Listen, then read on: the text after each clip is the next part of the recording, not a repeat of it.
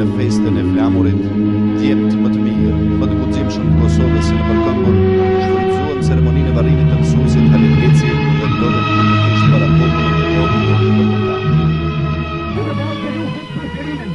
E Kosovës, e u disa akcione shqiptare kundër përkutve, ku të hua të tërhishet të kullur.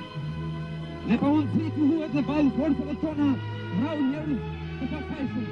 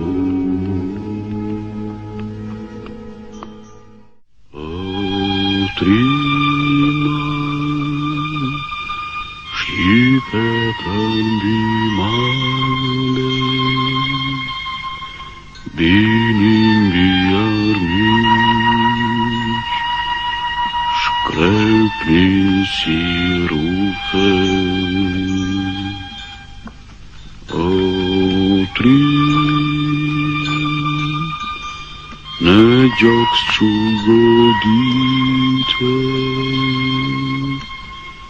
tokën që deshe,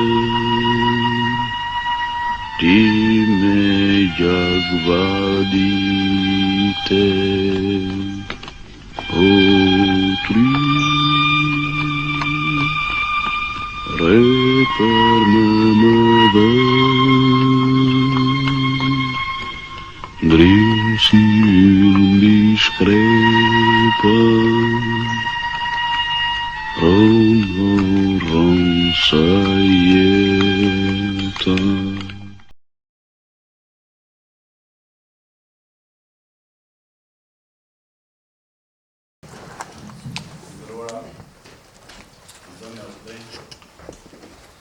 Lejoni që fillimisht të uroj 28 nëndorin festën tonë të flamurit në këtë ditë shumë të madhe për gjithë shqiptarët, ku sot kujtojmë 28 nëndorin e Skënderbeut, 28 nëndorin e vlerës së Pavarësisë së Shqipërisë dhe 28 nëndorin e ushtrisë shqiptare të Kosovës.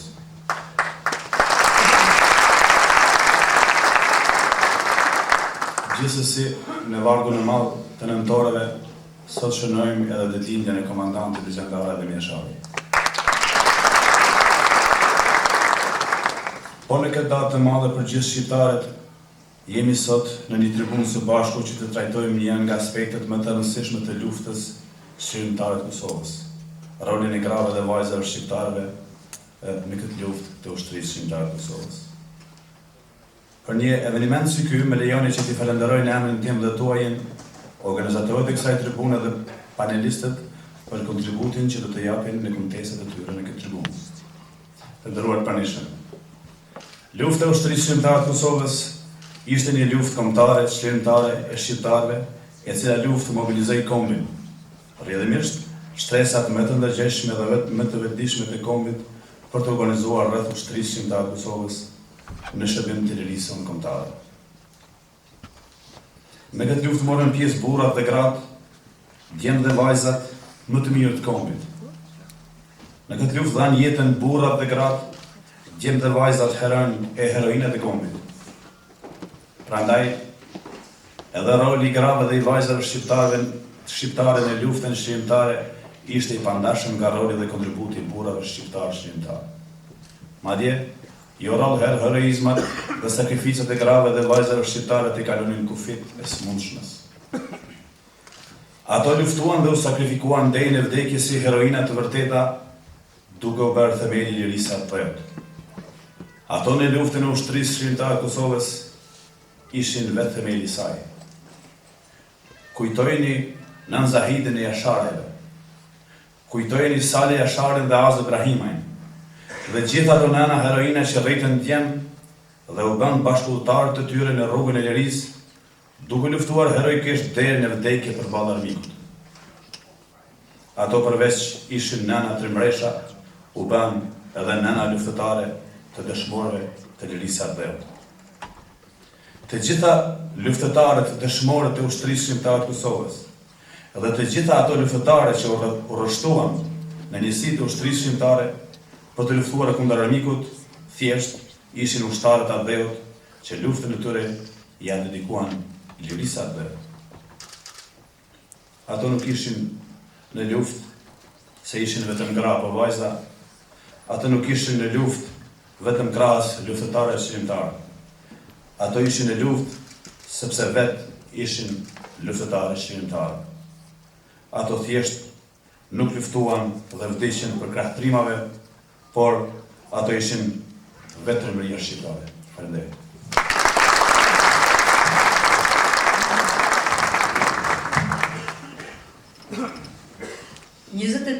nëntor 1997.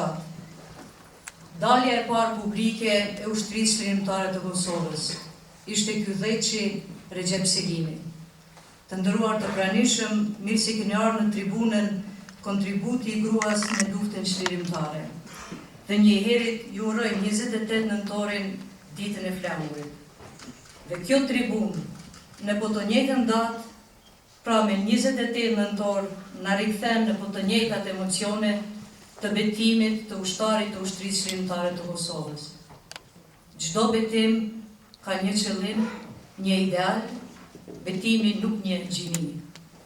Të nderuar të pranishëm, më lejoni që të ftoj para jush aktivistin e Lëvizjes VETëVENDOSJE Glauk Konjufca, i cili do të prezantohet me temën Kontributi i Gruas në luftën çlirimtare. Glauk Konjufca ka mbaruar fakultetin filozofik, dega filozofi, dhe është ndër aktivistët e parë të Lëvizjes VETëVENDOSJE, aktualisht në kryetari i Kuvendit të Kosovës. Glauk, fjala për ju.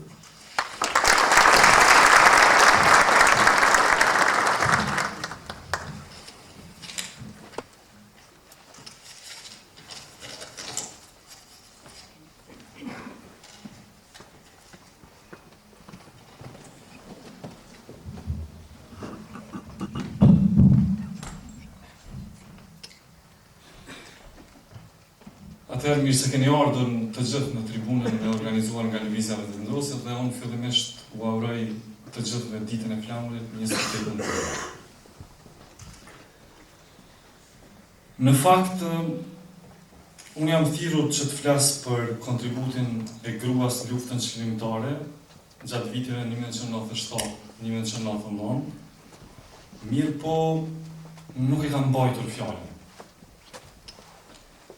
Unë do të flas për kontributin e gruas, kontributin e pazavendësueshëm të femrës në këtë luftë çlirimtare, mirë po jam detyruar ta marr një shembull për ta ilustruar këtë luftë, meqense nuk do të mund të flisja për gjithë ato gra që kanë kontribuar në luftën tonë të fundit çlirimtare. Natyrisht, po mos ishin edhe kufizimi i viteve, 1997-1999, unë me siguri do të flisja edhe për shumë gra tjerë, edhe për shumë shembuj tjerë. Me siguri do të flisja edhe për Tring Smajli, që për mendimin tim është verzioni femëror i Hasan Prishtinës, apo do të flisja edhe për Marie Krajen, që është verzioni i Afrim Zhitis, një femër e cila në moshën 23 vjeçare la studimet e saj të filozofisë në Rom, për të ardhur për të luftuar për lirinë e Kosovës, edhe për lirinë e mbar kombit shqiptar. Por me qenë se pra koha është kufizuar në luftën e fundit çlirimtare, atëherë unë kam marrë një shembull tjetër.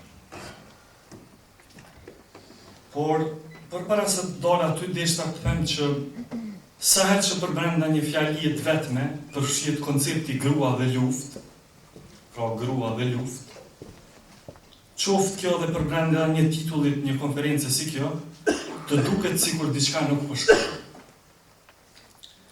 A nuk shndron koncepti i projektuar maskulinist i gruas si të tillë, saktësisht përkundër luftës si punë tradicionalisht mashkullore.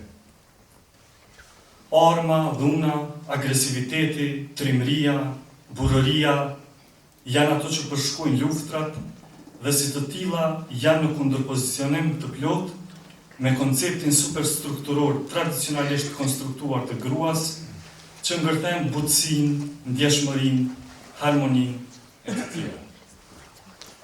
Për brenda këtij kuadri konceptual, mendoj që fshihet vetë problemi. Vetë fakti që ushtria shihet si kategori mashkullore, tregon për një strukturim të thellë shovinist të punëve të kësaj bote, varësisht projektimit të natyrës së njerëzve, të cilët mbi këtë premis po ndakan në dy specie, në meshkuj dhe në femra. Nga meshkujt pritet nga dhënimi, sundimi, forca, urdhri, lufta dhe dhuna. Kurse nga femrat pritet dëgjueshmëria, nënshtrimi, emocionaliteti dhe mshuria e të tjera. Friedrich Nietzsche, që është një filozof, ja patëm parë për të madhe njëherë kur ka pas thënë që gruaja është pushim i luftëtarit. Nga ky kuptim e vetmja fushë në të cilën femra e shpërthen dhe e bën copë të rrim një kornizë të tillë të strukturimit shtëpës të marrëdhënieve ndërnjerëzore është pikërisht lufta. E sidomos lufta çlirimtare. Mirë po unë nuk mund të flas për gruan si specie të veçantë. Më duket edhe e turpshme.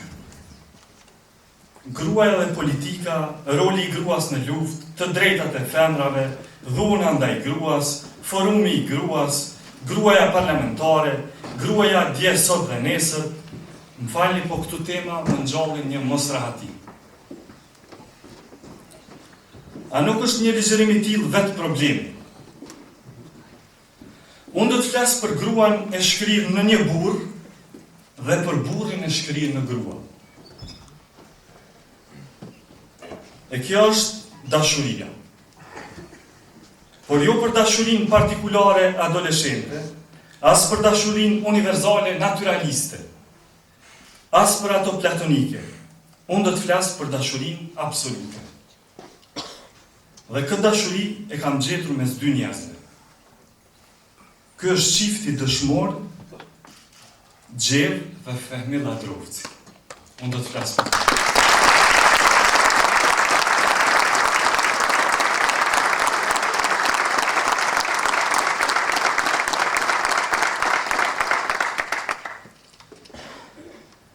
Pse thash dashuri absolute?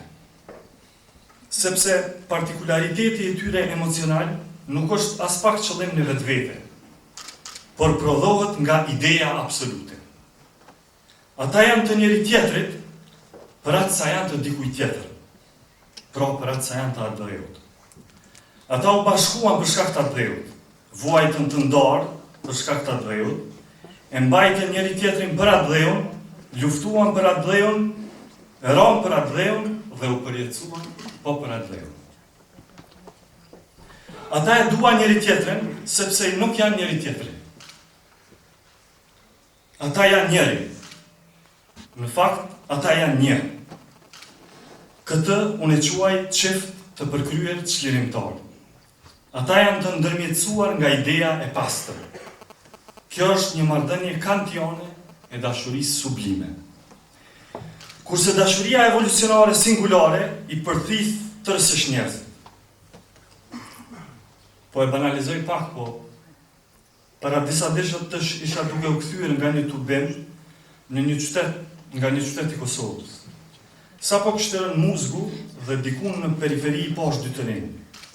Ata po esnin së bashku dhe atë që afër sa i preknin supër.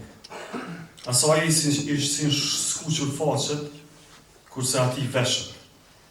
Nuk po e vrenin as kënd me këtë botë. Ishin përpir nga bota atyre e pakufishme e banuar vetëm nga dyqenja njerëzore. Thash me vete, a thua çka mendojnë ata për veriun, apo për kombin, apo për flamurin. Dashuria singulare është animalizëm i sublimuar. Por për brenda dashurisë absolute, që është saktësisht e kundërta e kësaj, dhe atë që mund ta gjejmë te Fehmiu, te Lladrovci, për brenda dashurisë absolute nuk ka role, nuk ka funksione, nuk ka sjellje, nuk ka gjeste, nuk ka as pritje. Dhe për me shpreh këto, e keni edhe foton. Është një foto për këta dy për të po flas, për dëshmorët e kombit dhe herojtë e Kosovës, Fehmi dhe Lladrovci.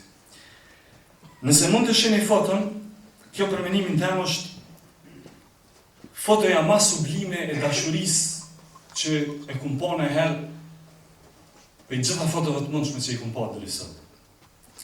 Ajo ja ka hedhur një rëndor për rreth qafe, kurse ai po e përzin kafen. Të dy janë ulur, ajo po e shikon drejt në sy, kurse ai e ka lëshuar shikimin për drejt.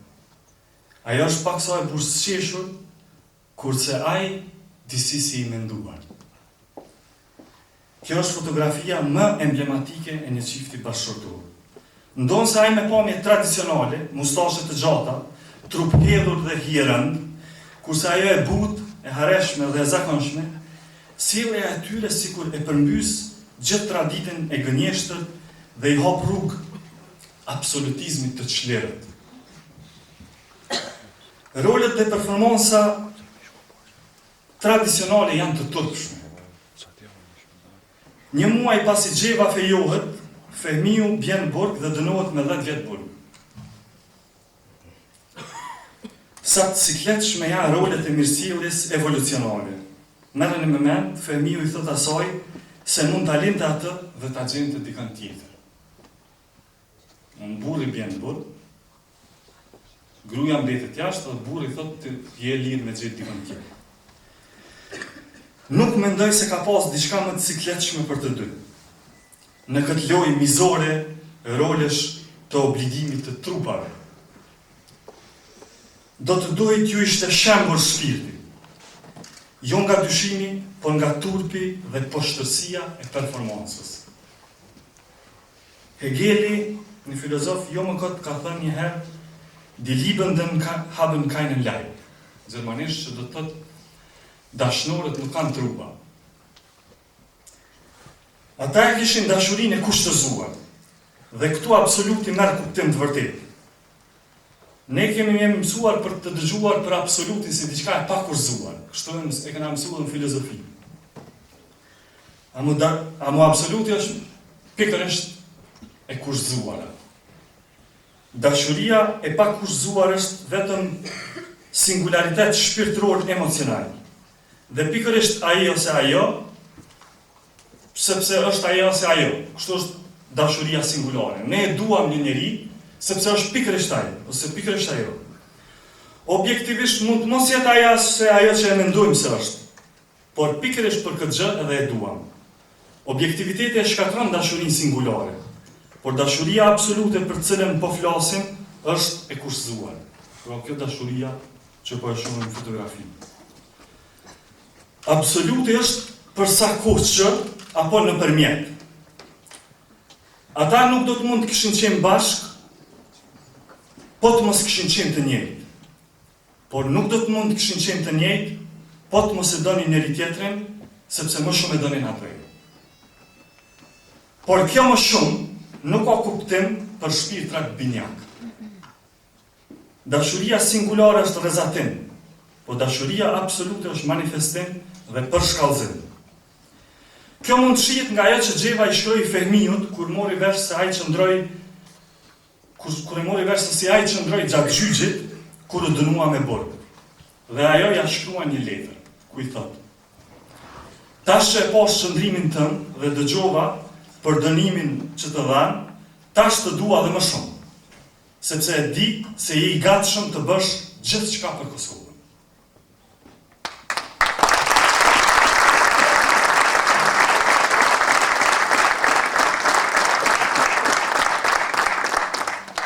Ai nuk ja vuri në pikpyetje asaj dashuri.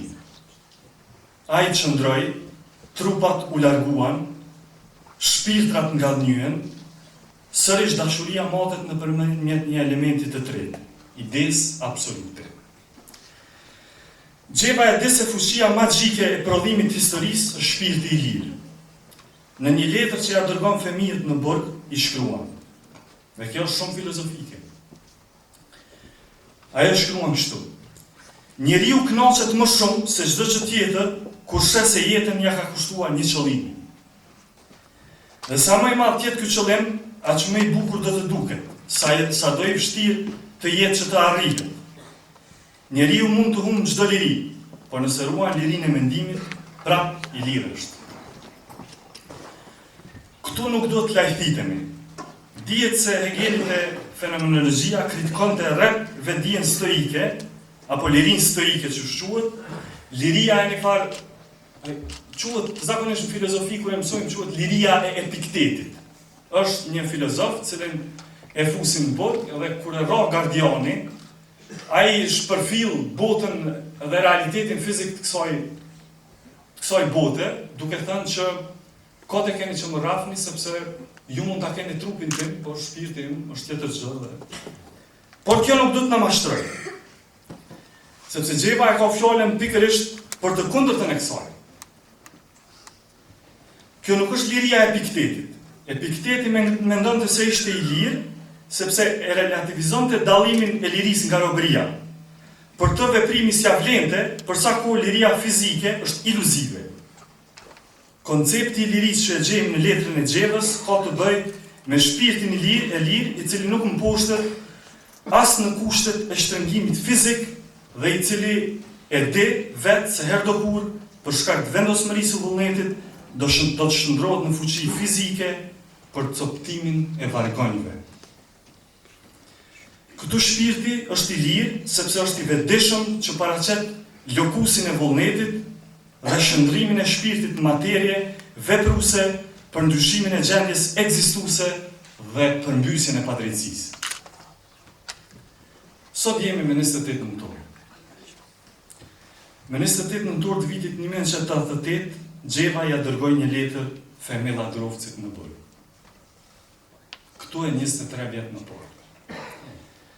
Aty ja tregoi kuptimin e dashurisë së tyre dhe i shkruan: edhe jetën, edhe vdekjen i kemi bashkë.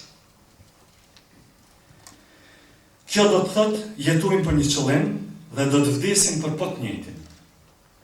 Ky mendim u realizua dhe 10 vjet pas, me 22 shtator të vitit 1998. Me njëherë pas fillimit luftës në Kosovë, Xheva e Fehmiu ju bashkuan asaj. Pas rënjes së Fehmiut në frontin e luftës çlirimtare, vetëm disa orë më pas, ra dhe Xheva. Ajo ishte komandante e brigadës 114, të ushtrisë çlirimtare të Kosovës, me titullin më të lartë ushtarak që e ka pasur ndonjëherë një femër shqiptare në ushtri, me titullin general major. Liria është përkundër biologjikës dhe si e tillë vetëm për te saj. Hegeli thotë sklavi e fiton jetën biologjike, prandaj e humb lirinë e vërtetë. Fehmiu dhe Xheva ishin kryevepra asaj që Konti do ta quante dashuri të idealitetit, e jo të idealizmit, por të idealitetit. Dihet që Fehmiu dhe Xheva nuk patën fëmijë biologjik. Por ata e zbuluan ashtu si gjithçka tjetër dhe kuptimin e jetës, edhe fëmijën e tyre në luftën për lirinë. Dhe ajo ishte Fatime Hetemi, të cilën kudo e prezantonin si vajzën e tyre. Fëmia është shpirtëror, dëshmorët nuk kanë trupa. Fatimja ra pashtu, dhe është dëshmore e ushtrisë shqiptare të Kosovës. Ata ranë të tre. Dhe kjo është një familje për kryer kombëtare.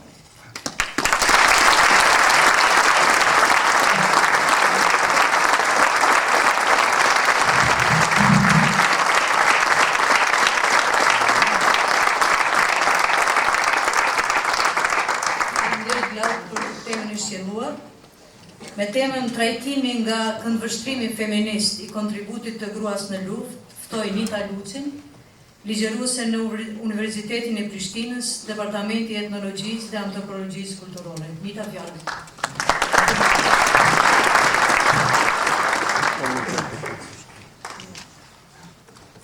Mirëdita, faleminderit shumë për ftesë dhe që më ligjoni në rastin me bisedu me ju sot këtu. Unë do ta lexoj një tekst i cili edhe është i publikuar, mirë po mbasi që është publikuar kryesisht për një publik tjetër pak më të rinj, ndoshta mendova ta shfrytëzoj rastin këtu dhe ta bisedoj edhe me juve. Unë ku përmend edhe burnia edhe aty pikërisht është ku do të fokusohem. Titulli është Zakone mashkullore, si të mendojnë për burrat në Kosovë. Në 8 mars të vitit 2005, Ramush Haradinaj, kryeministri i atëhershëm i Kosovës dhe 2 ish luftëtar të UÇK-së, Idris Balaj dhe Laj Ibrahimaj, ju përgjigjen akuzave të bëra kundër tyre nga gjykata ndërkombëtare e krimeve për Jugosllavi në Hag. Haradinaj i dha dorëheqje me njëherë dhe nga posti i tij dhe deklaroi gatishmërinë e tij për t'ju përgjigjur padis. Në një deklaratë që e lexoi në një konferencë televizive për shtyp, ai tha: "Jam i Kosovës dhe më vullnet të plotë do ta fijoj vetëm për vendin tim. Të gjitha veprimet e mia në luftë kanë qenë në pajtim me moralin e luftës, me rregullat ndërkombëtare dhe kodin e burrisë." Gjatë javës dhe muajve në vazhdim, titujt dhe mbulimet në media krijuan një plan të njësuar për të treguar solidaritet me Haradinaj. Kjo u shfaq si një histori dashurie, qasti mes mediave, që janë të njohura për varësinë e tyre apo aleancën me partitë të caktuara politike. Marrëveshja gjithëpërfshirëse ishte që jo vetëm se Haradinaj kishte reaguar në një mënyrë që përkonte me mënyrën e qytetëruar, të sankcionuar ndërkombëtarisht, por veprimi i tij barti edhe kuptimin se kultura shqiptare është thellësisht e lidhur me burinë. Në shkrimin e ditës së nesër me Agron Bajrami, redaktori i të përditshmës kohë ditore, e titulloi kryeartikullin Kohë burash. Bajrami shkroi për reagimin e Haradinaj si pohim i karakterit të tij të nderuar, lezo burin, dhe i bëri thirrje qeverisë të partive politike për t'i lënë me një antallimet e tyre individuale dhe të fillojnë të punojnë për të ardhmen e Kosovës. Tekstet shoqërore dhe politike të krijuara rreth ngjarjes, miratimi për virtytin e Haradinaj, sakrifica dhe lufta e popullit për një shtet të pavarur, vendosja e drejtësisë, u përhapën furishëm nëpërmjes diskutimeve publike dhe private dhe shfaqjes së solidaritetit. Për publikun në Kosovë, reagimi i Haradinajt u lexua si e kundërta e paaftësisë apo mungesës së vullnetit të Serbisë për të ofruar Radovan Karadziqin dhe Ratko Mladiqin, që akuzoheshin për krimet kundër njerëzimit nga Tribunali i Hagës, dhe shërbeu për të konfirmuar përgjigjen e gatishmërisë ndaj thirrjeve për drejtësi si atribut kombëtar. Këto lloj praktikash e bën dignitetin e Kosovës si një shprehje të atributeve burrore. Solidariteti i shprehur artikulohej si një lidhje vllazërore e kombit, një lidhje e krijuar nga sfida dhe sakrifica, ku atributet e individëve do të prodhonin lidhje ekzistuese të kombit. Për të kuptuar se si kjo ngjarje mund të komunikohej dhe kuptohej në këtë mënyrë, duhet të zbulojmë mënyrat me anë të cilave si buria, ashtu edhe graria janë paraqitur në formimet kulturore që kanë ushqyer projektet kombëtare të popullit të Kosovës. Duke ndjekur kalendarin konceptual vizitues para dhe pas luftës në Kosovë dhe përmes vetdijes etnografike mund të identifikojmë praktikat krijuese dhe politika që i kanë dhënë shpirt përkatësisë kombëtare si pjesë e jetës së përditshme dhe që e kanë bërë kështu të dukshme atë që e marrin për të qenë, burrni. Si në të gjitha situatat moderne të konflikteve dhe pas konflikteve, ku përkatësia kombëtare del përmbi ndjenjat politike, një pjesë e mirë e kufive janë të formuar dhe formojnë një prej formave më të fuqishme të riprodhimit kulturor, gjinin. Ndërsa antropologët kanë qenë prej kohësh të interesuar për rolet, estetikën dhe politikat e identitetit gjinor në ndërtimin e grupeve farefisnore, komuniteteve dhe treguesve të saj, qoftë e klasa, sexualiteti, gjuha, raca e tjera, këto 10 vjeçarët e fundit kanë qenë veçanërisht të frytshëm për ata që interesohen në studimin e nacionalizmit të kombit. Antropologët feministë në veçanti kanë qenë të palëkundër në shkrimin e historive të grave, duke e adresuar zërin dhe veprimin, qoftë bashkëfajtor apo revolucionar, të grave në bërjen dhe zhbërjen e kulturave dhe politikave kombëtare. Edhe pse ka përjashtime, burrat si një kategori analitike dhe shoqërore kanë mbetur të pashqyrtuar, pavarësisht faktit se shumica prej nesh kemi arritur në mendimin se kombet janë projekte maskullore. Në vitet e fundit kjo ka ndryshuar dhe vëmendja është përqendruar gjithnjë më shumë në marrëdhëniet ekonomike të mashkujve, miqësitë mashkullore, seksualitetin dhe trupin.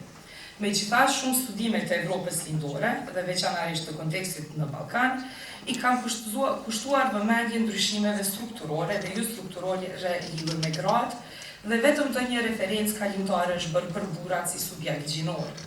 Në kontekstin e ish-jugosllavisë, burrnia ka qenë konsideruar kryesisht si një funksion i nacionalizmit, për shembull në ndërtimin e martirëve.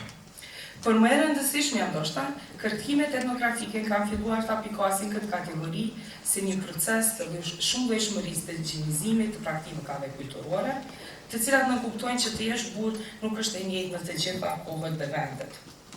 Kur njerëzit zakonisht më pyesin se çfarë studioj, ka dy lloj reagimesh. S'ka më burra në Kosovë ose çka pas ke punë. Të dyja thënjet përpiqen të stabilizojnë atë që përndryshe është një marrëdhënie e brisht sociale. Pro kemi burrat e përmasave mitike, ruajtësit e nderuar të traditës, kombit dhe familjes. Këta janë burrat që ishin dikur. Pastaj kemi burrat që nënkjetojnë sipas pritshmërive kulturore dhe shoqërore. Zakonisht ata janë të pasigurt dhe të zhburruar. Ndër këta arketip ekzistojnë edhe praktikat komplekse përmes të cilave janë krijuar dhe miratuar identitetet e burrave si gjinor. Burrat e fjalës së tyre. Shqiptarët e Kosovës thonë se shteti socialist ka qenë gjithmonë i perceptuar si një trup i huaj qeverisës. Kjo ishte sidomos e vërtetë për Serbinë e udhëhequr nga Slobodan Miloševići. Me heqjen e autonomisë së Kosovës në vitin 1989 dhe fillimin e shpërbërjes së Jugosllavisë, në Kosovë filloi të shfaqej publikisht një lëvizje koherente për pavarësi. Ndërkohë që zgjedhjet, shpallja e pavarësisë, protestat dhe detyrimet e ligjit ushtarak shiheshin si disa nga aspektet më të rëndësishme dhe revolucionare të viteve 90-ta, kryqëzimi i ngjarjeve të tilla madhore dhe rimodelimi i jetës së përditshme ofrojnë njohjen se çdo mobilizim politik bashkohet me burimet kulturore. Siç argumenton Vina Das, kur e përditshmja që gjithashtu mendohet të jetë edhe vendi i të zakonshmes, thyhet me dhunë, atëherë bëhen të mundura edhe formacione të reja çliruese. Pajtimi i gjaqeve me shqiptarëve të Kosovës ishte një organizim i tillë. Dhe prej vitit 1990 deri në 1992 përbënte një për përfaqësimeve më të fuqishme të identiteteve të reja politike. Si një lëvizje, pajtimi i gjaqeve u riformua brenda kornizave të reja të drejtave të njeriut, si një praktikë politike moderne, ndërsa rigjallëronte dhe risillte traditat kombëtare. Gjatë kësaj periudhe 2 vjeçare u falën 2000 deri në 2500 gjaqe. Nocioni pajtimit, besa dhe digniteti u bën gjuha e protestës. Besa u përdor për pajtimin e gjaqeve, ndërsa nxirrte në pak lidhjet e ngushta të moralit, familjes dhe në këtë rast edhe të kombit. Anto Gjeta, i cili doli edhe si udhëheqës i lëvizjes, bashkë me udhëheqës të tjerë intelektual dhe politik, u duk se po i bënin një honën një pohimi të njësuar. Në mënyrë paradoksale, vlera tradicionale do ta zhduknin prapambetjen dhe do ta fillonin kthimin kulturor të Kosovës në Evropë. Pajtimi i gjaqeve u artikulua si një qëndresë ekzistuese gjithmonë e gatshme ndaj sundimit të huaj dhe shërbeu për të risjellë traditën drejt ndërtimit të ligjshmërisë për një projekt politik të pavarësisë të krijuar rishtasi. Njëkohësisht pajtimi i gjaqeve u karakterizua nga krijimi një hapësire entuziaste për zhvillimin e ritualeve publike dhe në mënyrë të veçantë identiteteve gjinore, me pjesëmarrje të mira vetëve të shfaqura në televizion dhe të mbuluara nga të gjitha mediat asaj kohe, këto ngjarje mundësuan shfaqje që me kuqyuan idenë e traditës, kombit dhe gjinisë, në mënyrë të posaçme, konceptet që lidhen me nderin dhe trupin dhe konceptet e virtyteve të meshkujve dhe të femrave, që realizojnë hapësirat publike dhe shtëpiake sipas gjinisë, brezit dhe rangut, u përdorën për të mbajtur dhe për të rikthyer një rregull të ri patriarkal të gjërave. Ky rregull mbështetet në privilegjimin e bisedave mashkullore dhe praktikave brenda një sfere politike apo publike, të ndërtuar sipas diktimit të traditës, përmes të cilës u shkruan marrëdhëniet familjare dhe parafisnore. Pajtimi i gjaqeve u bën një shembull i një procesi në të cilin u shkëllua sërish roli tradicional i burrave për të mbajtur nderin e familjes, por gjithashtu ky rol u ripërcaktua dhe u bëra në të gjithë kombin. Procesi i faljes që mund të shihet si kundërshtues për këtë lloj burrie dhe tradite, u racionalizua gjithashtu përmes një debati kombëtar që kërkonte burrave të kishin nder dhe bujëri, duke falur për hir të familjes më të madhe kombit. Siç kanë vështruar edhe shumë studiues shqiptar të së drejtës zakonore, kuptimi dhe rëndësia gjithëpërfshirëse e kanurit është ndikimi i tij mobilizues dhe fuqia për të siguruar njësimin e brendshëm kur ka kërcënime nga jashtë. Megjithatë, baza mbi të cilën u shparkëtuar njësimi ka ndryshuar në kohë dhe në hapësirë. Në kohët e apartheidit, siç ishte Kosova gjatë viteve 90, zhvillimi dhe ndoshta ushqimi i marrëdhënieve të krijuara përmes marrëdhënieve të veçanta gjinore, u bën vendi i jetës që konfirmoi përhapjen e mesazheve kulturore të qendresës dhe dhënien e informacioneve jetësore përmbjetës. Pajtimi ishte një formë e punës kulturore që u bë për farkëtimin e formave të reja të marrëdhënieve dhe përkatësive mes njerëzve. Diku tjetër kam argumentuar se këto lëvizje shoqërore dhe politike u qëndruan në nocionin kyç të gjakut dhe burisë, përmes të cilit do të përftyroheshin dhe praktikoheshin marrëdhëniet, riprodhimi i familjeve dhe i kombit. Brenda marrëdhënieve të tilla, buria nuk është një ndërtim shoqëror i përcaktuar vetëm në opozitë me femrat, si zgjatime pronësore të grupeve dhe të burrave të grupeve tjera, por fuqimisht si një marrëdhënie mes burrave të së njëjtës kombësi. Një trimiri nga i rrahur në luftëtar liria. Trupi politik qeverisës në Kosovë e ka bazuar ligjshmërinë e vet në një ëmbëlsi morale mbi të tjerët, sidomos përmjet vlerave që i vishën praktikave kulturore të gjinizuara. Ndërsa lëvizjet për pavarësi në Kosovë kërkuan fuqizimin përmes idiomave lokale të veçantive kulturore, së fundi forma të ndryshme të vuajtjes të qendresës ka qenë kulturalisht dhe moralisht të pranueshme për burrat dhe gratë. Në veçanti, projekti kombëtar vazhdoi me ndërtimin e subjektit politik universal neutral si mashkull. Një gjë e tillë është e dukshme në asgjësimin e çdo lloji diskutimi publik për dhunën seksuale që ndodhi ndaj grave dhe burrave gjatë luftës së vitit 1999 në Kosovë dhe faktin se kjo ishte përdorur si një strategji dhune dhe pastrimi etnik. Nëse marrëdhënia e gjakut ishte një mënyrë për të krijuar përkatësi në Kosovë, krijimi i hierarkive të posaçme të gjinizuara ka qenë gjithashtu kyç për ligjërimin e projekteve të ndërtimit të shtetit komb. Edhe pse marrëdhëniet mes nacionalizmit dhe gjinizmit të kuptohen në termat e ideologjive politike të qarta, ato duhet të kuptohen edhe në termat e sistemeve më të mëdha kulturore nga të cilat vijnë. Prandaj çdo përpjekje për të kuptuar luftën e Kosovës për pavarësi dhe reagimet për padinë ngritur, për shembull ndaj Haradinajt, duhet të fokusohen në marrëveshjet dhe mosmarrëveshjet që ndodhen mes elitave të mëhershme politike të Kosovës dhe ato në zonën e luftës mes luftëtarëve të ushtrisë çlirimtare të Kosovës. Ndryshe nga pajtimi i gjaqeve dhe politika e qëndresës paqësore gjatë viteve 90, lufta çlirimtare mobilizoi dhe format dhe vlerat e familjes, budnisë dhe solidaritetin kombëtar që kishte të bënte me kundërsulmen. Në këtë rast, nocionet dhe zakonet e burisë shqiptare kërkonin kuptime dhe repertuare të reja, por mbetën kyçe për konceptet e subjektivizmit politik të kombit. Ligjerimi i llojeve të reja të përballjeve shoqërore dhe politike me shtetin në anën e UÇK-së ishin frymëzuar nga kuptimet kulturore dhe historike të drejtësisë, vlenja e tyre me një anë ish Jugosllavi dhe dhuna e vazhdueshme e ushtruar strategjikisht nga ky shtet mbi popullsinë që më vonë u kthye në bastionin e UÇK-së. Edhe pse përndjekja e Jugosllavisë socialiste ndaj armiqve të shtetit nuk ishte as pak e rezervuar vetëm për shqiptarët, konsiderimet ashtu quajtura etnike kishin krijuar një ekonomi politike të bazuar në ndarjen etnike të punës në Kosovë. Vizionet politike të atyre që ishin vendosur ndryshe në shpërndarjen politike dhe ekonomike të drejtave dhe lëvizjes ndaj Jugosllavisë, të gëzuara nga një pakicë shqiptare të Kosovës, kishin krijuar gjithashtu përballje të vazhdueshme shoqërore dhe politike. Në Kosovë, anëtarët e lëvizjeve të ndryshme ilegale, që më vonë përbënte edhe ragjet të UÇK-së, edhe nga mjedise për kujtimet dhe përvojat e qëndresës që nga luftra ballkanike kishin mbulosur aspiratat e tyre politike. Sociologu Anton Berisha e ka vënë në dukje se shqiptarët u treguan të kujdesshëm ndaj shtetit dhe e përjetuan atë si një burim vune dhe brutaliteti. Prandaj të kuptosh daljen e UÇK-së kërkon njohje të historisë më të gjatë të marrëdhënieve me shtetin që ndihmoi formimin e qëndresës dhe lëvizjes ilegale në Kosovë.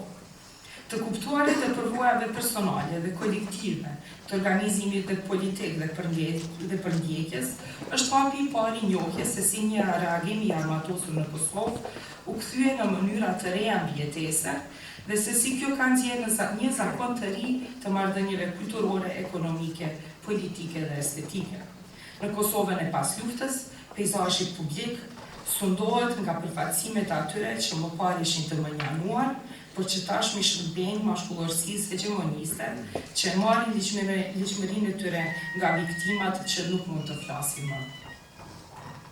Lëvizjet për pavarësinë në Kosovë e përcaktuan qëndresën e tyre si lëvizje kundër një fqinje, Serbisë, të padrejtë dhe të pamoralshëm.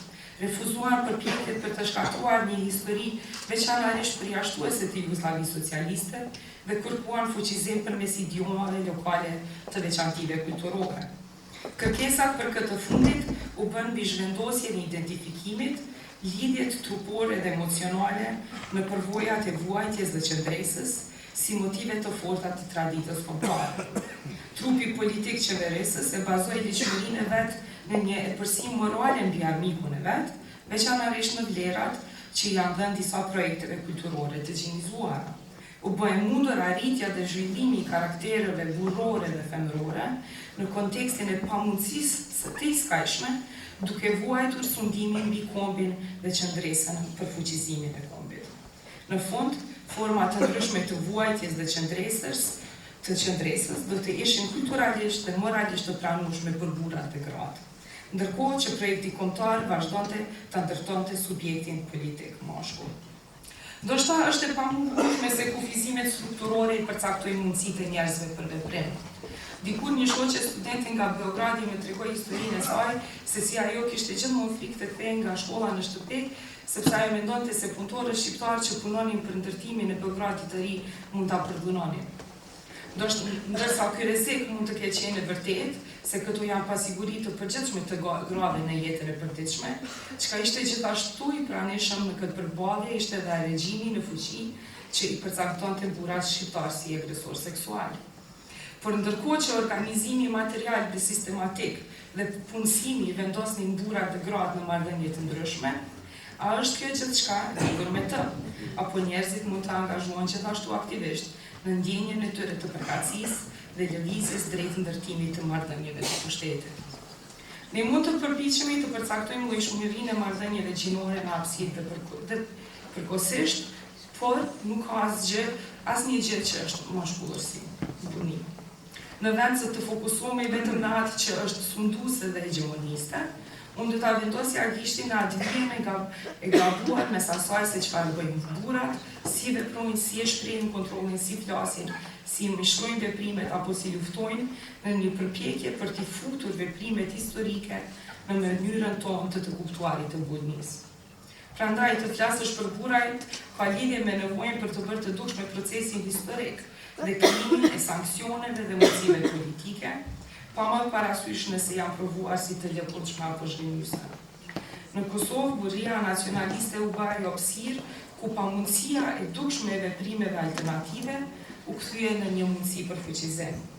Brenda projekteve për ndërtimin e shtetit, një shumëllojshmëri elitash do të konkurrojnë mbi llojin e njeriut që dikush duhet të jetë dhe vendin e tij apo sajnë brenda sistemeve kulturore të përfaqësimit.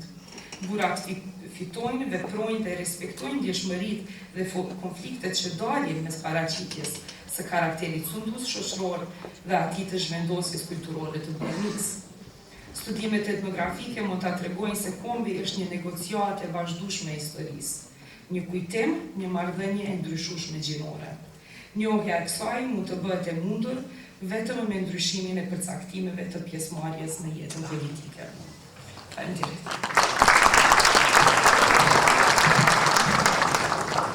Faleminderit Mita. Gratë një luftë çlirimtare pa përfunduar. Vjen nga Tirana Elmira Danaj, ligjëruese e teorisë feministe po në Tiranë.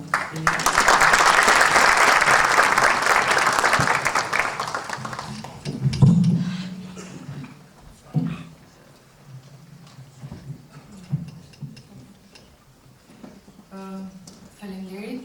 Në radhë parë vetëm po ju bëj një urim për ditën e Pavarësisë, siç dëshiroj shumë që t'i them, Pavarësisë së vitit 1912. Siç e thatë Nazlia, titulli i kësaj që unë do prezantoj shumë shkurt është një luftë çlirimtare e papërfunduar, do të thotë që ashtu siç e shikon gruan, në lidhjen midis grave dhe pjesëmarrjes grave në luftën çlirimtare, ka të bëjë me një pjesëmarrje të shumë fisht dhe jo thjesht pjesëmarrje për shlirimin e vendit apo për shlirimin siç ka qenë lufta e UÇK-së apo lufta nacionale çlirimtare gjatë luftës dytë botërore në të gjithë, domethënë, zonën tonë. Ideja për këtë prezantim në fakt më ka ardhur që në diskutimin që ne kemi bërë me Aidën, Dërgutin dhe me Nazlien pas një leksioni mbi feminizmin dhe mbi emancipimin. Dhe sa e rëndësishme është si thua momentet e luftës për emancipimin. Domethënë lidhja që ka pjesëmarrja e gruas në një luftë me emancipimin e grave dhe vajzave, dhe në fakt ideja për këtë temë erdhi sepse ne po diskutonim për luftën e UÇK-së dhe në fakt ajo që na vinte më shumë në mendje ishte një lloj diskutimi mbi këtë luftë, por nga një këndvështrim pak mashkullor. Në kuptimin e referoheshim gjithnjë luftëtarë, domethënë gabimisht edhe në mënyrën tonë të pavetishme thoshim ushtarët, luftëtarët, duke harruar se sa shumë gra dhe vajza kanë qenë pjesëmarrëse në këtë luftë. Dhe që këtu më lindi ideja për të parë pak domethënë pjesëmarrjen e grave në një luftë çlirimtare, dhe unë nuk do referohem vetëm luftës së UÇK-së, por ajo është pjesë e luftës çlirimtare, është pjesë e diskutimit tim, domethënë mbi pjesëmarrjen e grave dhe vajzave në një luftë çlirimtare. E cila në fakt mund të jetë, domethënë, është shumë llojshme. Është shumë llojshme dhe ka shumë të bëjë me momentin para luftës dhe momentin pas luftës. Çfarë ndodh pas kësaj lufte çlirimtare. Shpeshherë, sidomos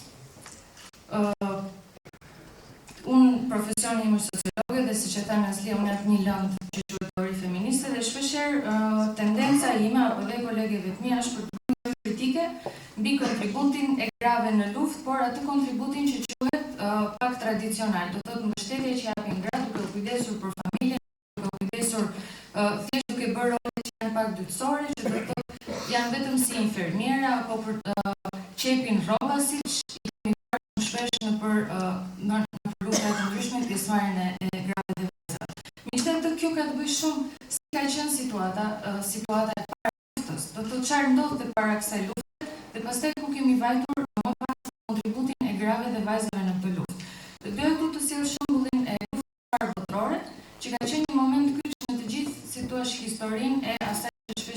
lëvizje feministe, për emancipim do doja unë shumë të thosha, një farë mënyre jo thjesht për fituar disa të drejta, por për të bërë disa ndryshime në strukturën, duke të përdor shprehjen e Glaukut që tha në strukturën shoviniste të shoqërisë.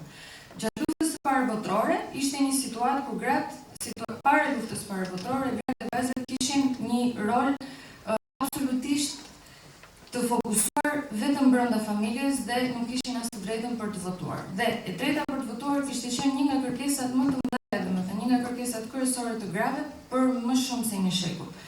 Në luftën e parë botërore nuk kemi një pjesëmarrje direkte të grave në luftë, domethënë për ta thënë pak në terma më të thjeshtë, nuk është se ato morën pushkën dhe vajtën luftuan, por ama bën një ndihmë shumë të madhe, sepse në momentin që burrat ikën nga shtëpitë për të luftuar, u morën me të gjitha punët me të cilat nuk ishin marrë më përpara.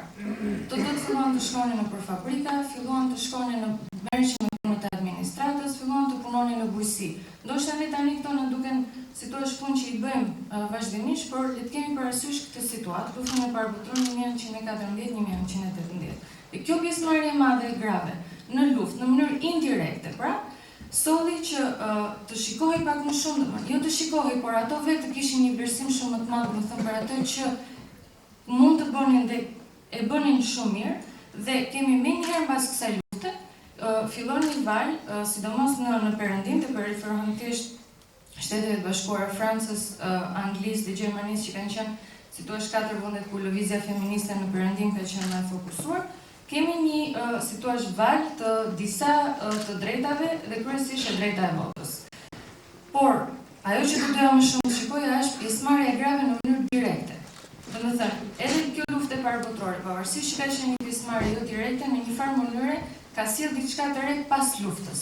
Pjesëmarrja e gruas në luftë nuk mund të shikohet thjesht në një dimension. Dhe kjo është ajo që unë do doja shumë të theksoja sot, fakti që siç gjatë luftës nacionale çlirimtare, ku kemi shumë gra dhe vajza partizane. Ashtu dhe gjatë luftës së UÇK-së, ne i pam imazhet filmike dhe pam aty se sa shumë vajza të reja ishte në luftë. Në këtë mënyrë kemi një pjesëmarrje direkte të grave në luftë. Por që një grua të marrë pjesë në luftë nuk do të thotë që ajo thjesht të shkon të luftoj. I duhet të përballet, do të thotë pjesëmarrja e saj është e shumë fisht. Nuk ka vajtur thjesht për të luftuar kundër një kushtuesi. Në rast të parë, i është dashur që të bëjë një punë të jashtëzakonshme në një farë mënyre për të thyer barierat që ajo ka brenda familjes apo brenda komunitetit të saj. Imagjinoni sa e vështirë mund të ketë qenë për një vajzë të re në një qytet çfarëdo në Shqipëri gjatë luftës nacionale çlirimtare, domethënë gjatë luftës botërore, e cila ku ishin në një situatë ku shumica e vajzave të grave ishin analfabete dhe nuk dinin dot nga shtëpia. Dhe ndërkohë në këtë moment ato jo vetëm që dolën nga shtëpia, por thyen një barierë shumë të madhe që ishte ai i rolit të përcaktuar për to, morën pushkën dhe vajtën luftuan bashkë me luftëtarët, djemtë dhe burrat. Pra, domethënë lufta e tyre ka qenë një luftë e dyfishtë. Dhe në momentin që kjo luftë mbaron, tani është shumë e rëndësishme, domethënë lufta çlirimtare mbaron, është shumë e rëndësishme për të parë se lufta e shumëfisht e grave dhe vajzave a vazhdon më tej apo ajo, si thua, kthehemi përsëri në situatën kur ishim para luftës. Duke parë pak luftrat çlirimtare dhe jo vetëm ato shqiptare, pra, por edhe në përbot, po shikoja shumë shembuj nga vendet e ndryshme në Afrikë apo një shembull shumë interesant ishin shumë gra pjesëmarrëse në Afrikën e Jugut, ku kishte edhe një dimension tjetër, domethënë i cili theksohej shumë nga studiuesit që kishin parë se çfarë kishte ndodhur gjatë pjesëmarrjes së grave dhe vajzave, ka të bëjë domethënë jo vetëm dimensioni për çlirimin e vendit, jo vetëm dimensioni për një lloj çlirimi kulturor dhe social që ka të bëjë kundër formave patriarkale që mbizotrojnë në shoqërinë tonë, po e referohem këtu njërës për aktivisteve më të njohura dhe gjithashtu antar organizatës për çlirimin e Palestinës, Laila Khalid, e cila thotë që janë disa dimensione të cilat domethënë luftës të pjesëmarrjes së gruas në një luftë çlirimtare që nuk mund të përfundojnë dhe nuk mund të bëjnë njëra mbas tjetrës. Pra ato duhen bërë të gjitha bashkë. Do thotë ne kur luftojmë kundër kushtuesit dhe flas në gratë dhe vajzat, duhet luftojmë edhe kundër formave patriarkale, të cilat ne na kishin mbajtur të mbyllura para se të fillonte kjo luftë, dhe këtë zakonshëm dhe në një moment të jashtëzakonshëm ne e pranojmë këtë si thuaç ngrirje të atyre roleve që kishin para luftës. Rolet që kishin para luftës nuk do doja të përsërisja Glaukun, por janë pikërisht ato që e shohin gruan kryesisht brenda familjes, në rolin kryesor të saj të nënës apo të kujdestares për shtëpinë, apo të asaj që kujdeset për fëmijët apo që bën punët e shtëpisë, do të thotë një rol shumë më tepër i fokusuar tek dëmshuria dhe tek përkujdesja, dhe ndërkohë rolin e burrit që është ai që sjell të ardhurat në shtëpi dhe që është në një farë mënyre trimi dhe burri i fortë, ai që duhet merret edhe me punë të rëndësishme, siç janë politika apo ekonomia apo tjerë. Kështu që në momentin që mbaron kjo situata e jashtëzakonshme pra e luftës, është shumë e rëndësishme që ne mos të pranojmë kthimin në situatën e zakonshme, pra në situatën paqësore. Në situatën paqësore do të thotë kur mbaron lufta dhe ne kthehemi në paqe, atëherë i bie që të ndalojnë dhe ato luftrat e tjera që po punin gratë, sidomos lufta kundër patriarkalizmit dhe lufta për emancipim. Dhe nëse kjo ndalon, atëherë si thuaç kjo luftë e grave ka ngelur e papërfunduar. Do të thotë kemi një kthim në situatën e tyre, që është një situatë ku janë të shtypura dhe ku janë jo vetëm janë të shtypura, por dhe kjo shtypje shikohet në fakt me atë që thamë që ne shpesh e harrojmë kontributin e tyre dhe madje edhe kur e referojmë luftës temi gjithnjë ushtarë, dhe shpeshherë kjo shtypje realizohet në një farë forme tjetër, duke mos përmendur krimet që kanë ndodhur ndaj grave gjatë luftës, për një lloj turpi që ne kemi ti përmendim këto krime, domethënë përdhunimet e shumta, sepse është një lloj turpi që janë përdhunuar gratë, dhe kështu që domethënë shtypjes apo domethënë asaj që ato kanë duruar gjatë luftës, ne i shtojmë edhe një lloj shtypje, domethënë tjetër të pas luftës. Dhe do doja të përmendja një shprehje ose një diskutim që po bënim pak më përpara me Hyrien, kur ajo vetë po më thoshte, domethënë akoma unë pa i treguar se pse i kisha shumë merak që të flisja për luftën e dyfisht në një farë mënyrë që gratë bëjnë gjatë luftës çlirimtare, pra domethënë në radhë parë thyejnë barierën që kjo struktura shoviniste e shoqërisë, domethënë atyre u vendos.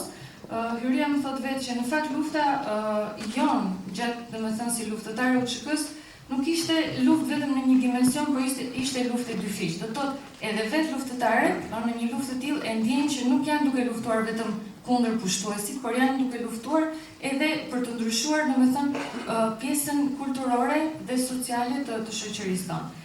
E rëndësishme është që ne shpeshherë themi se, domethënë kur flasim për emancipimin apo për lëvizjet feministe, është shumë e rëndësishme të mos flasim me unë. Do të thotë, vërtet dikush që ka luftuar mund edhe të ketë arritur shumë më tepër mbas luftës dhe të jetë dhënë një post shumë i mirë. E rëndësishme është që të flitet me ne, sepse nuk luftohet vetëm për veten, luftohet për të gjithë, domethënë, emancipimi i gjithnjë është shumë i fokusuar tek fjala ne, do të thotë që ne të ndryshojmë. Kështu që do doja vetëm ta përfundoj me faktin që fakti që ne po flasim fakt sot për pjesëmarrjen e grave në luftë tregon që ka shumë shpresë që lufta është shumë dimensionale e grave, dhe pjesëmarrja e tyre në luftë çlirimtare, po dhe në një luftë për emancipim do të thotë që nuk është e përfunduar dhe ka shpresë që të vazhdohet. Faleminderit.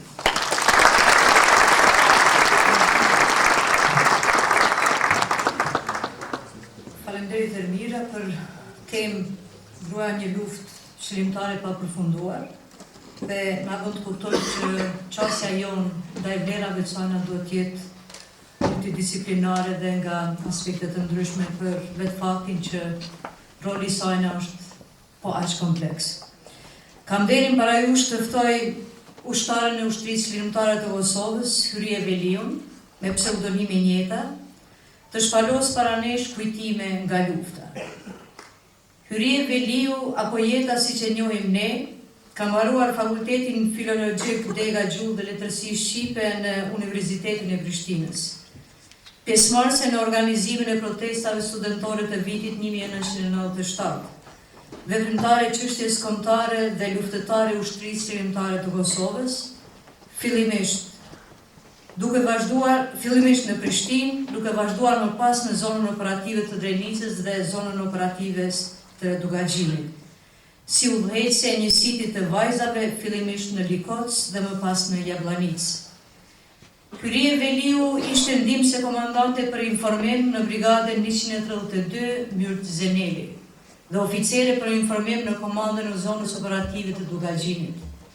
Po ashtu, raportuhet se shumë radiostacioneve siç ishin Kosova e Lirë, televizioni shqiptar e tjera. Mbas luftës, merr pjesë në krijimin e strukturave të pushtetit lokal në Pej, në cilësinë e shefës së departamentit për informacion në komunën e Pejës. Me kërkesë të shtabit të përgjithshëm të trupave të mbrojtjes të Kosovës, i rikthehet uniformës në vitin 2000, ku kryen një varg detyrash si oficere për informim në komandën e trajnimit dhe doktrinës si analiste dhe ligjëruese deri në vitin 2009. Momentalisht është mësimdhënëse e gjuhës shqipe dhe gjuhës angleze në shkollën e gjuhëve të huaja Cambridge në Prishtinë. Hyrie, fjala është juaj.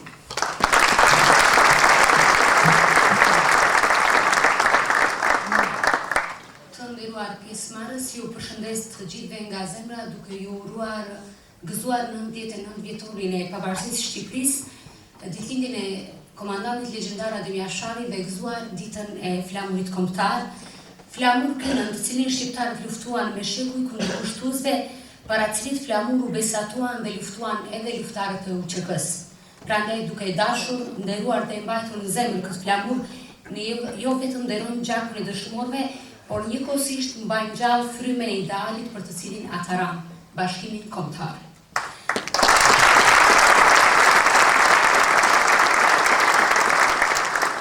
Për popujt jotë shtypur dhe sovran, liria është nocion i lehtë për të kuptuar, thjesht e kundërta e skllavërisë.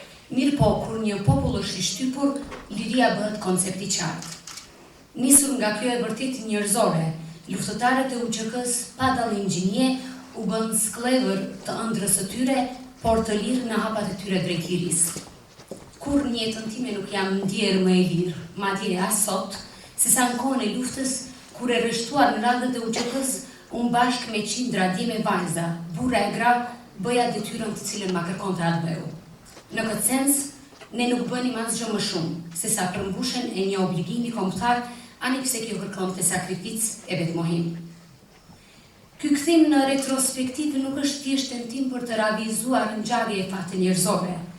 Është përjetim prej të cilit në formë portretësh e dialogjish të atyre që ke njohur dikur vijnë copëza kujtimesh, të cilat kanë mbetur përjetësisht bashkëlojshme në kujtesë dhe rikthehen si dëshmi për të na kujtuar se ne ende nuk e kemi mbaruar rrugtimin tonë.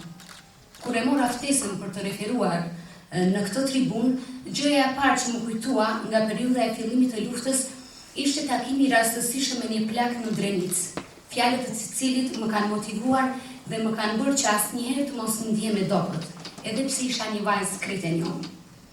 Ky plak rreth të 7 vitave, i cili kujtonte edhe luftra tjera në jetën e tij, me përzemërsi e dashuri ndër të tjera më pa thënë. Bia ime, në atë luftë ku ka marrë pjesë dhe gruaja, ajo luftë gjithmonë ka qenë e fituar. Nga këtu duam ndërlidhem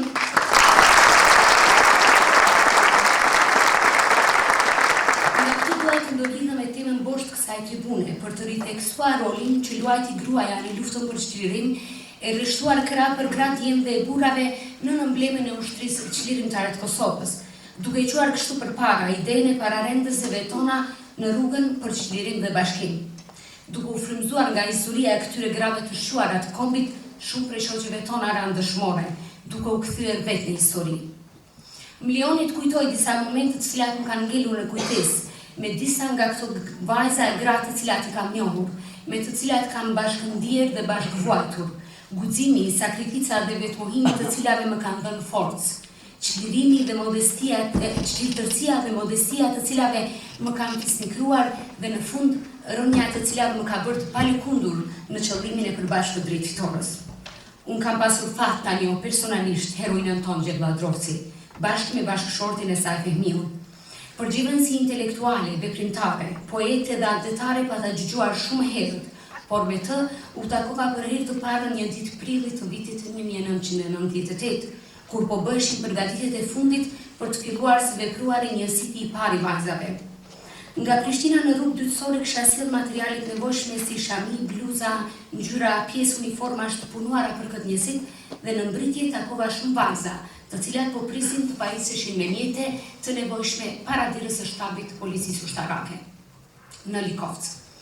Jam përshëndetur me Xhevën pa e kuptuar si ishte ajo, e shihja për herë të parë dhe ngrohtësia në fytyrën e saj bëri të më hynte në zemër që në fillim. Xheva ishte një grua e imët, por as pak satanike. Ishte dashur dhe shumë modeste.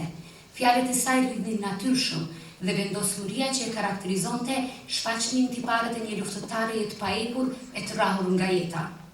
Ajo u bë udhëheqësja jon jo vetëm në rrafshin ushtarak dhe organizativ, por edhe në atë shpirtëror. Xheva ishte mishërimi i qëndresës.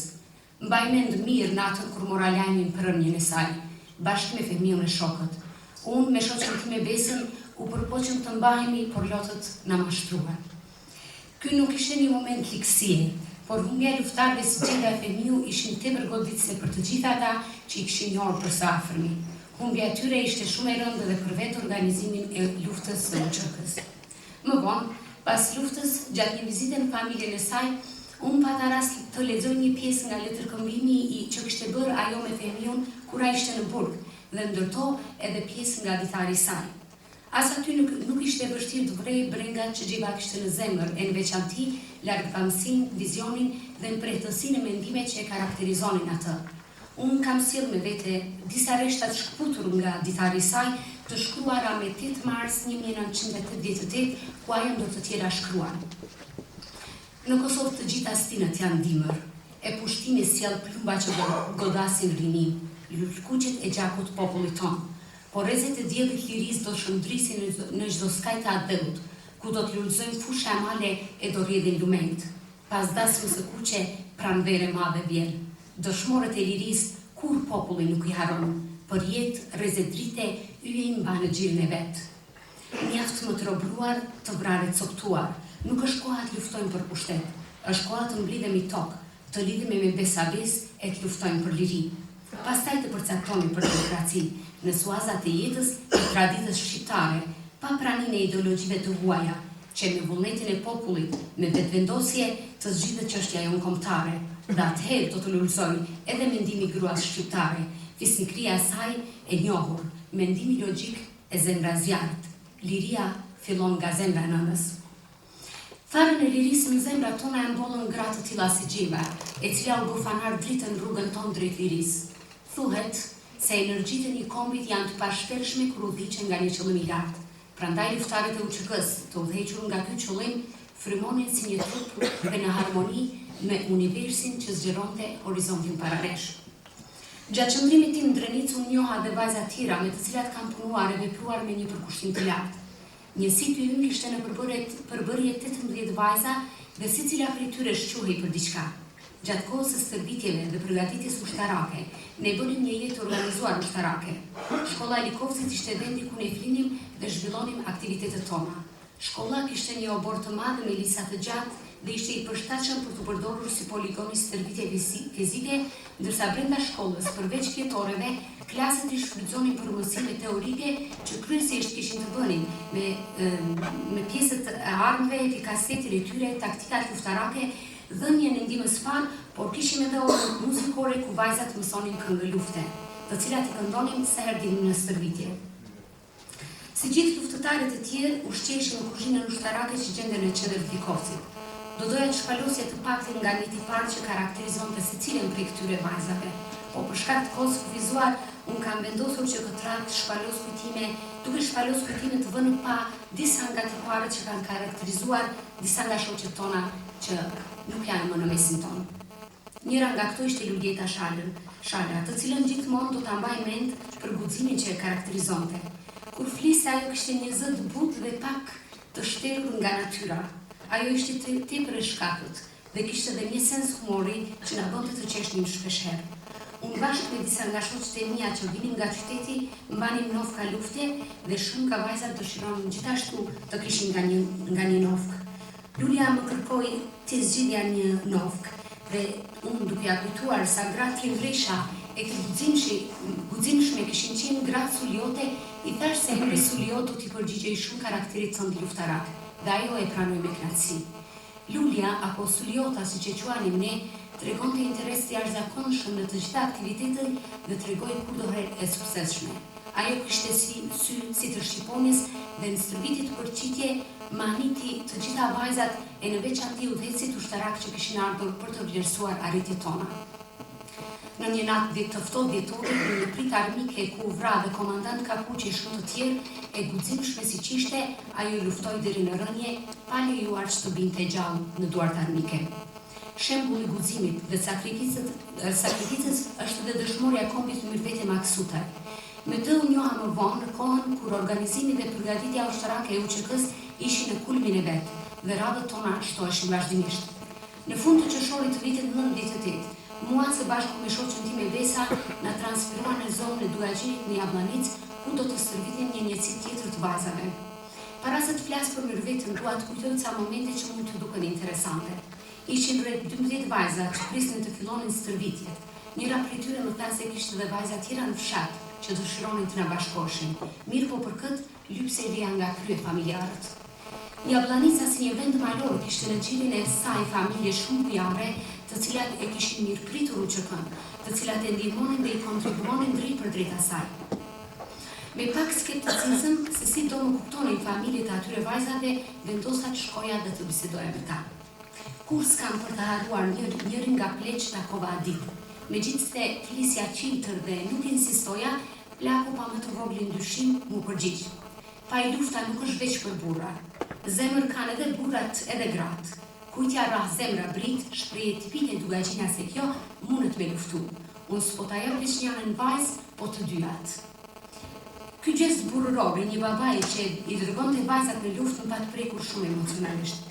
Pak ditë pasi filluan stërvitjet, Myrvetja mbriti në Jablanic. Që t'i bashkoj njësitit tonë ajo bashkë një grup ushtarësh që do niseshin për armatim në Shqipëri, kishte bërë këmbë rrugën nga Istogu deri aty dhe ishte e raskafitur. Ajo ishte shtat lartë, e shëndetshme dhe e bukur. Kishte ca flokë të gjata të ziza që i derdheshin supeve. Vetullat i puqeshin në mes të ballit dhe faqet i rinin gjithmonë të kuqe. Ishte një person paksa e heshtur dhe shpesh mbrëmjeve zinte një këmbë dhe shkruante në fletore e saj. Ndonjëherë e gjija duke qarë, teksa shkruante. Mërzitej për motrat që kishte lënë në shtëpi pasi na nuk kishte. I fshihte lotët sa rinj të dikush dhe bekas fillonte të këndonte. Ishte shumë e fuqishme fizikisht dhe kur hapnin llogore, gjithmonë qeshte me mua që isha shumë e pazonja në atë punë. Ja se çfarë shkruan motrës së saj Ditës në një letër të shkruar me 29 tetor 1998. E dashura Hit, më vjen shumë keq deri tani nuk kam mundur t'ju dërgoj qoftë edhe një lajm për mua dhe për qëndrimin tim. E aq më tepër kur kuptova se ju kishit marrë një lajm të rrejshëm se gjoja unë që kam vrarë. Mirë po duhet ta keni parasysh se mundësitë e mia për t'ju dërguar qoftë edhe një letër kanë qenë të kufizuara për të mos të pamundshme. Dua t'ju njoftoj se unë jam një Jablanic tash 4 muaj dhe të cilin kanë së bashku kam edhe shumë shoqe tjera. Kam kryer përgatitje dhe stërvitje luftarake për një muaj vjesht. Sot edhe pas 2 ofenzivave të rrepta të forcave serbe në këtë fshat, unë dhe shumë shoqe të mijat jemi shëndoshe mirë dhe përpjekjet tona për të dalë nga rretimi që na kanë vënë serbët ditë më tepër po japin rezultate. Për mua s'keni pse brengoseni, unë këtu jam me shumë shoqe të luftës, por edhe kudo që shkoj ju ndjej edhe juve pra. Letrën nuk po e zgjas, sepse nuk kam kohë, por kërkoj nga ju që gjithsesi të më dërgoni në numër telefoni, që të mund të kontaktoj me ju sepse unë brengosem për ju mjaft shumë. Mundësisht më dërgoni këpucet, jaknën dhe disa fotografi. Të gjithëve ju përshëndes dhe ju përqafoj me madh. Mirupafshim në ditë më të mira. Kur ra Myrvetja ajo sapo kishte mbushur 21 pranvera. Rënja e saj u kthye në një kushtrim të cilit ju përgjigjen shumë dje me vajza, jo vetëm nga rajoni i Stogut, por gjithandej Kosovës. Kushtrimi të lirisë që e përgjigjur me kohë dhe bashkëvendimtarja dhe shoqja ime e shpirtit Hyre Mini. Jam njohur me të që nga koha e studimeve dhe me të kam kujtimet më të mira në jetën time.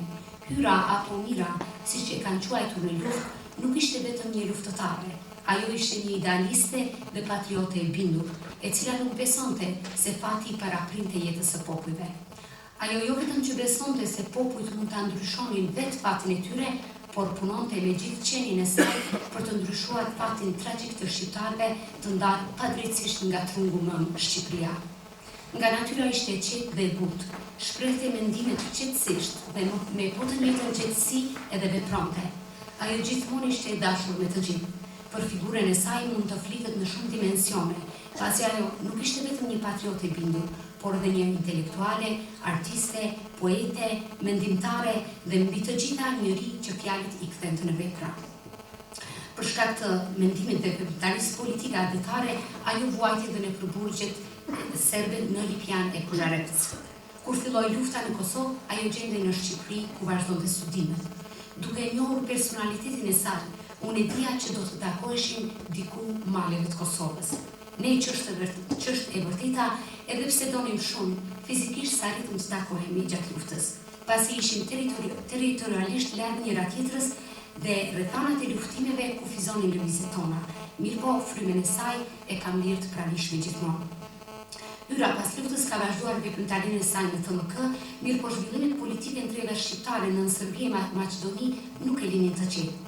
Ajo shprehte hapur pak kënaqësitë e saj dhe e shqetësonte pa mas ideja e linjës pasdore të problemit të Rexhepës, Medvegjes, Bujanosit dhe trebave shqiptare në Maqedoni. Disa herë ka potencuar se ne kishim bërë një betim. Betimin e ushtarit të UÇK-së, Hyra e respektoi deri në fund.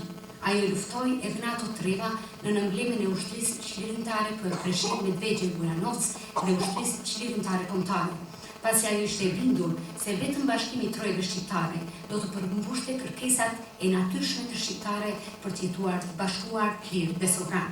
Ajo madje, bashkë me 5 shokët e saj nga trevat të ndryshme shqiptare në krye me komandant Tahir Sinani, u bën sinonim i këtij bashkimi duke rënë dëshmor në altarin e lirisë. Për sa kohë që populli shqiptar do të vazhdojë të jetojë ndarë për kujtimin e hyrjes dhe shokëve të saj nga Shqipëria, Kosova, Maqedonia, Rexhep, do të na përkujtojnë domosdoshmërinë e bashkimit të trojave shqiptare dhe krejt në fund do të përfundojmë me disa rreshta nga manuali i luftëtarit të dritës ku autori shkruan: luftëtarët e dritës kanë gjithmonë një shkëlqim të veçantë të mbështrim. Ata jetojnë në këtë botë, janë pjesë e botës dhe janë dërguar në këtë botë. Shpesh u duket se jeta e tyre nuk ka kuptim. Pikrisht për këtë janë luftëtarë, sepse e pyesin veten, sepse kërkojnë një domethënie dhe do të përfundojnë duke gjetur atë. Ju falenderoj.